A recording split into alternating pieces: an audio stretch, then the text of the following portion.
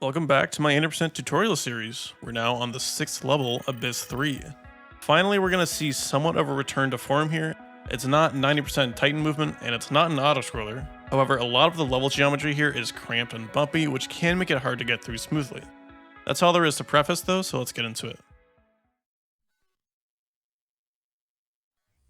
Alright, we're going to sprint during the fade-in, then slide and jump as soon as we can see. Jump up the ledge and sprint in front of this crawl space. To get through this crawl space smoothly, you can slide toward the right side and spam slide hops to the left to weave through. It's pretty common to bonk though, in this case just spam jump to get through. In this next room, jump and slide hop off the middle rock to slot right into the next crawl space.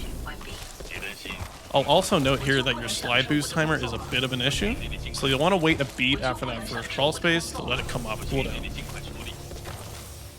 In this next room, we're going to attempt what's called cylinder skip. If you keep speed as you press this button, you can climb up into one of the hexagons and ride the cylinder to the back of the room. Though you do need fairly clean movement to make this work, so there are two setups for this. The first approach is to get a wall jump off this lighter part of the wall, and carry that speed down to the button and up to the hole. You want to make sure that you're mantling up too, because that will allow you to actually latch on instead of getting flung off. The other approach is to wall run this railing right before the button, then jump and press the button at the same time. I think there's a bit less chance for error here, and it can be used as a backup if you mess up your movement with the other shroom. If you manage to hit the skip though, you'll want to wait until your screen is all black, then jump out on the other side. Then you can repeatedly jump between these walls to climb up top to the caverns. Just keep in mind that you want to alternate between different wall surfaces to be able to grab them. If you miss the skip and the cylinder rotates before you can catch it, you'll have to do the intended route here, which just involves jumping between these prowler crates that stick out. You want to navigate up and through the middle, then over to the upper right side. Then the two routes pretty much converge at this point, you're just farther to the right. So now we get into the cavern section. At this first incline section, just spam a few instant double jumps to avoid eating too much friction. Then we're going to cloak just before these two ticks come walking up. Just jump over them, then start to veer off to the left on the way back down. Jump through these support beams and slide down to this chasm area. From here, wall kick over to the ledge ahead and cross the chasm.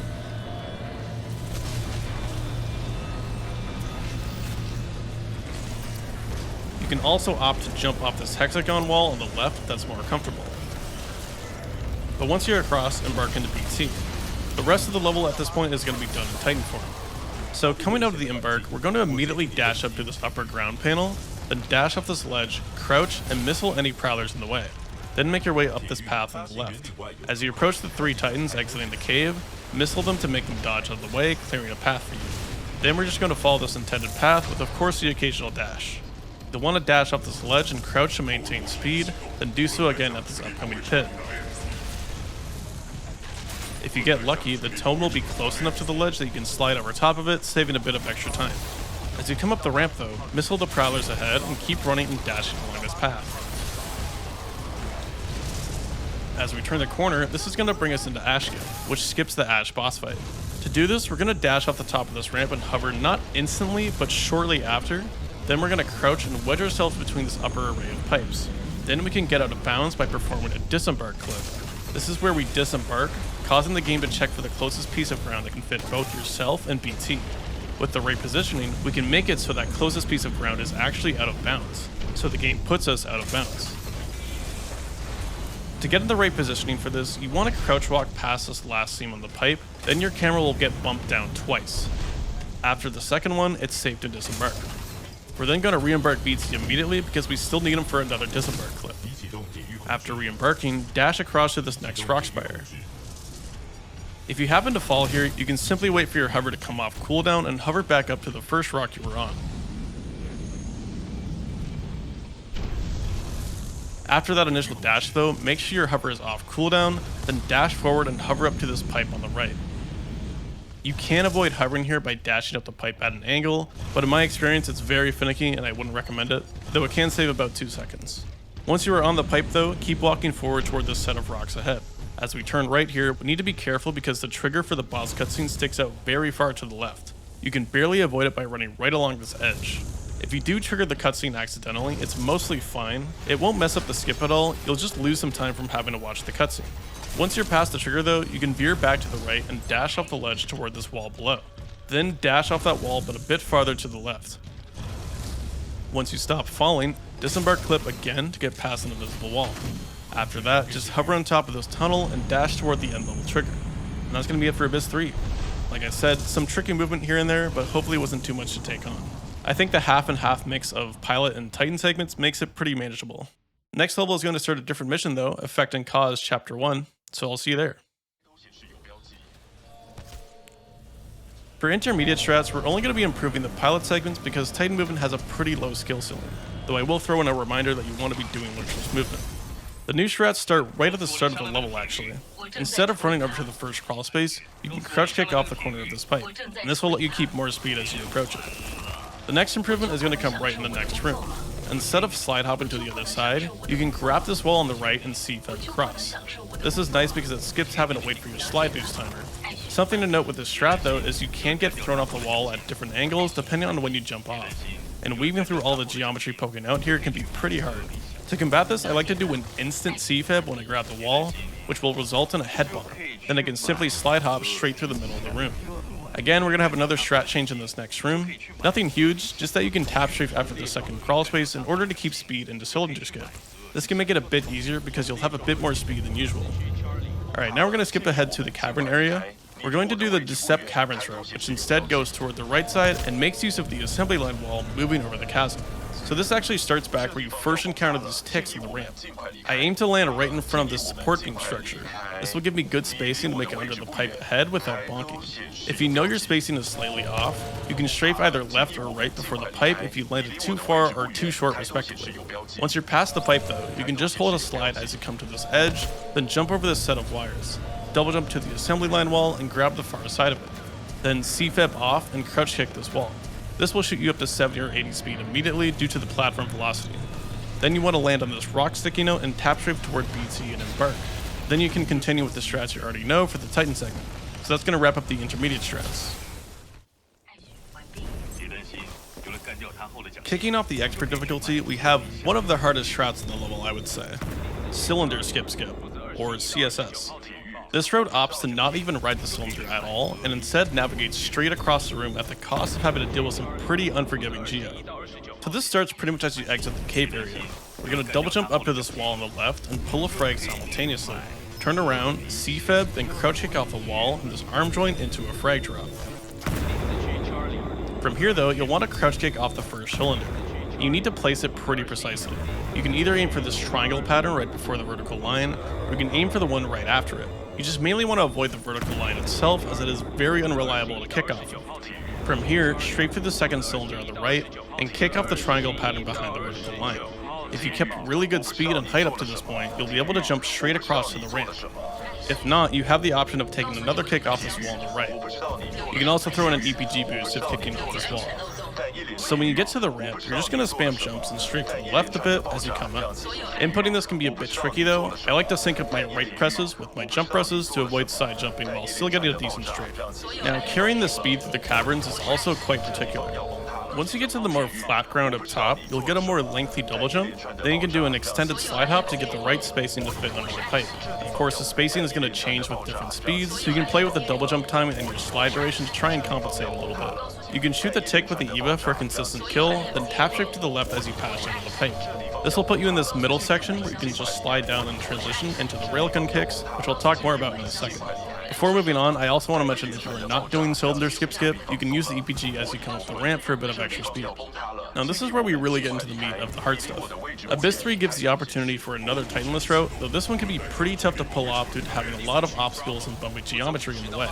There are also many variations of this route due to both CSS affecting the assembly line cycle and the complications with the dome room, which I'll get to in a second. So first off, assuming you did not do CSS, there are two main routes I would recommend.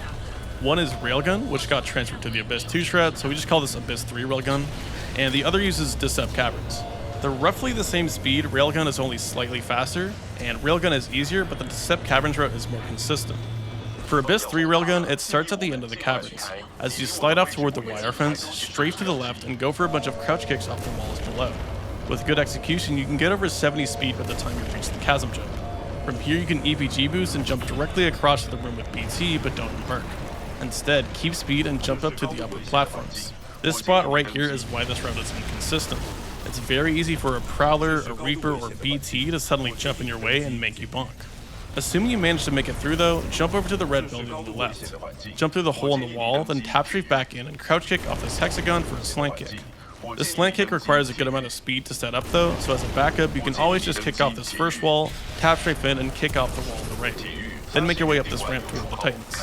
For the Decep Caverns route, we're going to carry the speed from the assembly line wall along the far wall and EPG boost, but instead of embarking into BT this time, slide hop off the rock here, then slide hop off the hexagon sticking out at the entrance to the room.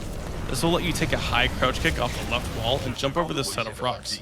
Then take another crouch kick after turning to the right and go for that same slant kick. If you don't have quite the setup you need, you can instead land on the red building and kick off the wall above where you would normally slant kick. Now if you hit a solid CSS, the assembly line cycle is going to be a bit behind, which can change things a bit. If you're doing the Railgun route, it's about the same. You'll just be jumping in front of the wall instead of behind it. What it really messes up is the Decep Caverns route, as the wall is so far back that it becomes impractical to try and take that route. So you can't just take your chances on the RNG pit, but I'm really not a fan of that personally. So I came up with another way which is a bit harder. Instead you can EPG boost toward this wall on the left, crouch kick, then crouch kick off the slanted part of the hexagon. There are two things you want to keep in mind here.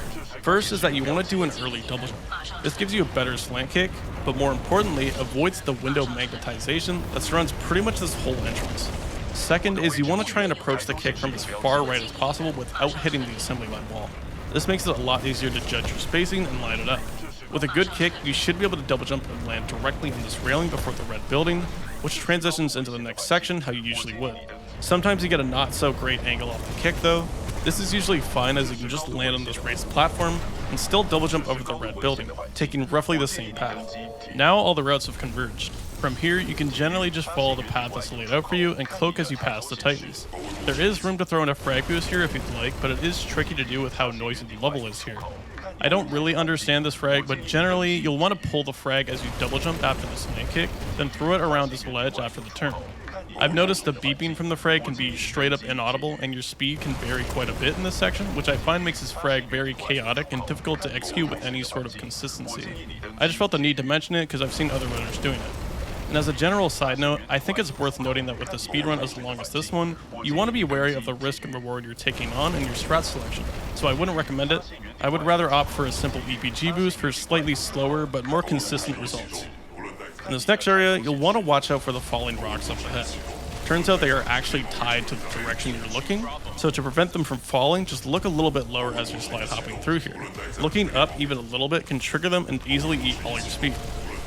After that though comes some pretty tricky platforming that will depend on your speed coming through here.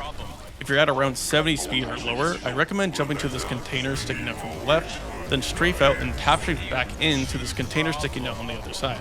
Then you can just slide up with these rocks to the next path above. If you come into this section with around 80 speed or more, you'll want to drop down a bit and kick off the corner of this middle container, which can take a bit of practice due to how precise it is. Then strafe over to this isolated container on the right and jump up the rocks. At this point you can opt for another frag, though just like the last one it's pretty hard due to the noise. If you're going for this, you'll want to pull the frag as you land on this container, then throw it down off reaction once you get up to this pathway. Again, you can also just do an EPG boost for consistency. Afterward, if your speed is still kind of low, you can drop down to this wall for a crouch kick. Other than that though, just dart toward the boss arena. On your way, you'll want to shoot the Reaper once to kill it so it's not in the way later. Then do your best to turn around after hitting the trigger, because you'll need to embark into BT once he teleports. There is a very small chance BT will not teleport when the fight starts. It's not known for sure why this happens, but in this case you'll need to reload the last checkpoint, which unfortunately loses a lot of time. If you did the Titanless route in Abyss one, you'll still only have the Expedition loadout at this point. Trying to kill Ashe with it would be very slow, so we have alternative ways of skipping her instead. When the fight starts, just try to dash past her.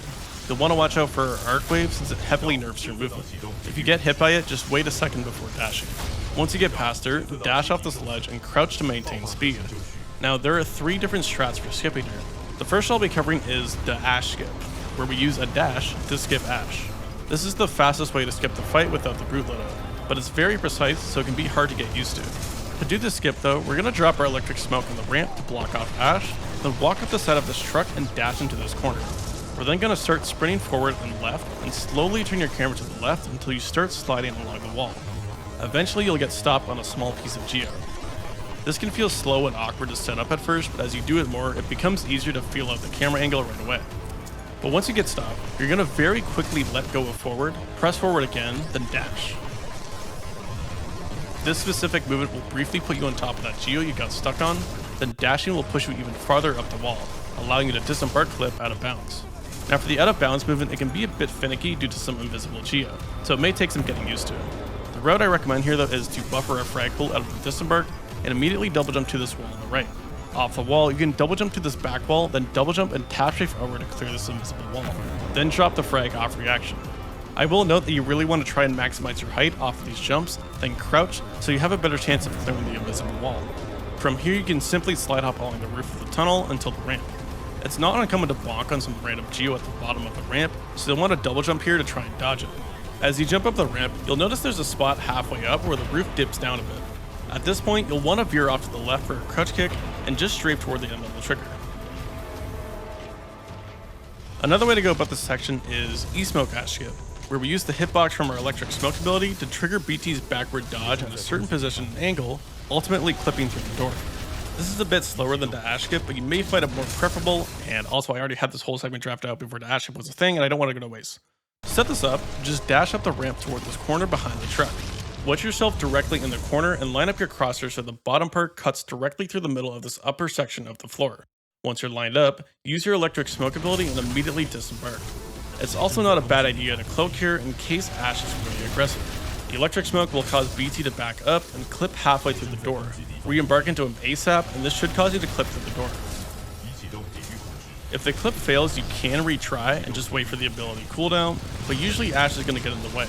So the better option is usually just to kill her instead. Again, since it's only Expedition, there's not much nuance. Just go for critical hits and core once it's charged. When she's dead, this will open the door. Once you get past the door, there's again room for a frag boost since it's just straight movement until the end level trigger. I find disembarking immediately after the clip yields inconsistent results with how you grab the door, so I recommend dashing out first. Specifically, I'll dash twice along the left wall, then disembark boost and pull a frag. Then crouch kick off the boxes and throw down the frag right after. Then you can just spam jump up the ramp.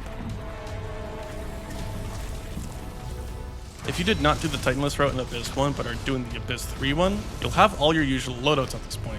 In this case, you'll have the Brute's hover ability at your disposal. So a strat you can now do is to actually hover on the slanted wall and disembark clip, similarly to Ash Skip. To do this, you'll want to hover just before these boxes on the ground and land on this curved frame sticking up the wall. Then you can disembark to clip out of bounds, and then you converge with the outro strat from the Ash Skip. Finally, we have another way to skip Ash, and we call it Pilot Ash Trigger Skip, or PATS. For some reason, there are so many ways to go about this segment, and I'm only showing like half of them. This strat is definitively the fastest out of all of them though, at least in a full game setting. This strat stays in pilot form for the entirety of the level and skips both the fight and the cutscene trigger, which is a huge trigger by the way. It saves somewhere in the ballpark of 20 seconds compared to the electric smoke strat. However, it is very hard. So much so that I was debating whether I should even include it in this video because I don't even do it in runs yet. It starts back at this pit with a ton of the prowlers. In order to cross the huge gap, we need to gain a lot of height, which we're going to do by bump launching up this corner. You can pretty much transition straight into it during the Titanless route. Full disclaimer though, this bump launch is terrible. You can bonk small pieces of geo on the way up, and the rocks are slanted away from you, which crouch locks you for some reason. So I found the best way to go about this with limited success is to focus on hitting bump launches in short bursts. So spam a bunch of jump inputs as fast as possible, drift away a little bit, then drift back in to repeat. This gives you a chance to reset your crouch state, and also skip some of the annoying geo sticking out. With any luck, you should be able to mantle up to this top ledge in a reasonable amount of time. And this is where the strat really takes place. We're going to double jump up this wall, then C-fib toward this first pillar. Do a blind crouch kick to the left and EPG boost toward the second pillar. Then do another blind crouch kick off the second pillar and tap strafe back to the left. You'll also need to pull a frag right after the second crouch kick. You want to aim to have at least 60 speed coming off the second kick. This is going to time the next frag just right so that you can drop it immediately after the next kick and get a bit of an upward boost off of it. So yeah, pull the frag and straight back to this rocky wall, then crouch kick off this front part and drop the frag off reaction. And you want to avoid kicking too far forward because the wall there is not actually grabbable. But off this last kick, you need at least 80 speed to make it across. Otherwise, just drop back down and resort to another Ash Skip method. So for actually dodging the cutscene trigger, it sticks out pretty far, so it's good to have a visual reference for where it is. Unfortunately, it's positioned over void, so there's nothing that exactly marks the edge of it. Personally, I look down a little bit and draw 2 lines in my head. One along this fence, and one connecting these 2 lights on the platform sticking out.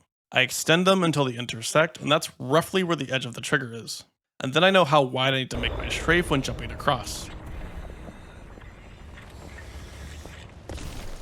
Now that you've made it across, we still need to navigate to the end of the level. So come over on this left side and find this leftmost pillar. Double jump, climb, then jump out of the mantle and grab the wall above. Pull a frag as you start wall running, then C-fab off and jump up to the truck. Then you'll want to throw it down around this yellow square. Crouch kick off 2 of these trucks on the right, then the door here. There's also room for another explosive boost towards the end, whether you use the EPG or you have an extra frag. There are a lot of grunts in this tunnel since their script was never triggered, so be wary about bonking them. A nice byproduct of their script not being triggered though is they won't aggro, so no need to cloak. But just like before, spam jump up the ramp to reach the end of the level. And that's going to be it for Abyss 3. I thought this wouldn't be that lengthy since it's only a 2-minute level, but in actuality it seems there's a lot of different strats you can opt for here. Was not expecting it. But anyway, thanks for watching and good luck on your practice.